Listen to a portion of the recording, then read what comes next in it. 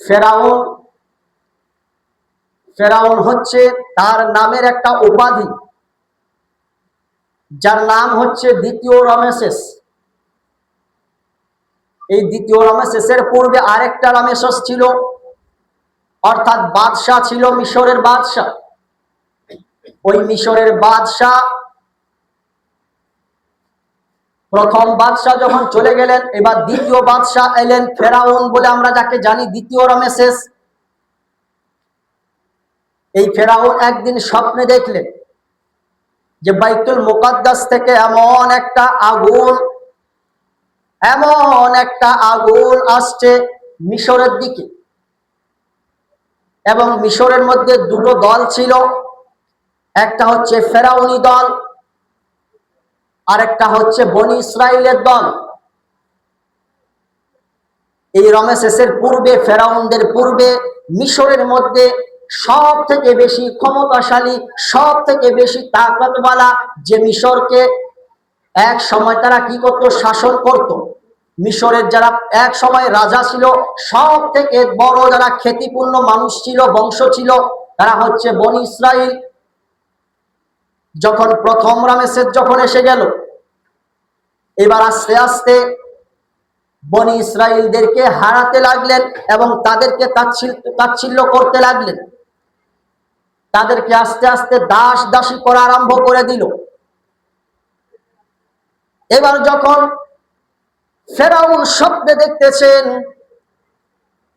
যে বাইতুল মুকাদ্দাসের দিক থেকে এমন একটা আগুন আসতেছে, এসে মিশরের যারা অধিবাসী রয়েছে, অর্থাৎ ফেরাউনের যারা দল রয়েছে, সৈন্য রয়েছে, যারা ফেরাউনকে মানে, তাদের বাড়ি ঘর, তাদের সয় সম্পত্তি, তাদেরকে সহ সবকিছু জ্বালিয়ে ছারখার করে দিচ্ছে। কিন্তু বনি ইসরাইল যারা রয়েছে, তাদের কাউরে কোনো বাড়ি ঘর, কোনো কিচ্ছুর ক্ষতি হয় নাই, তাদের কাউরে কোনো ক্ষতি হয় নাই। এবার দ্বিতীয় রামেসেস ফেরাউন, সে ঘুম থেকে উঠে গেল। উঠে যাওয়ার পরে এবার তার রাজ্যের যত জ্যোতিষী রয়েছে, যত জাদুকর রয়েছে, যত মন্ত্রী রয়েছে, সবাইকে ওই রাতের মধ্যে এক জায়গায় ডাকলেন, তার মহলের মধ্যে ডাকলেন, যেখানে তারা মিটিং করে, ওই জায়গার মধ্যে ডাকলেন। ডাকার পরে সবাই যখন এসে হাজির হয়ে গেল, এইবার ফেরাউন কি করলো, রাত্রেবেলা যে স্বপ্ন দেখেছিল, সেই স্বপ্নগুলো সবার সামনে ব্যাখ্যা করলো, যে আমি এই স্বপ্ন দেখেছি, এই স্বপ্নের ব্যাখ্যা কি হতে পারে, এই স্বপ্নের মানে কি, আমাকে এক পরিচয় আমাকে দিতে হবে। সে তো ফেরাউন, সে তো জালিম বাদশাহ, যার মনের মধ্যে কোনো দয়া মায়া কিচ্ছু নাই। এবার ফেরাউন আদেশ করেছে। ফেরাউন যখন স্বপ্নগুলো সব যখন বর্ণনা করলো, করার পরে এবার জ্যোতিষীরা, মন্ত্রীরা যারা রয়েছে, জ্যোতিষীরা তখন কি করলো, ফেরাউনকে স্বপ্নের ব্যাখ্যা দিল। এবার কি হবে ব্যাখ্যা, এটা বলছে। ফেরাউনকে জ্যোতিষীরা বলছে যে, হে ফেরাউন রামেসের জাহাপনা বাদশাহ, আমাদের এই রাজ্যের মধ্যে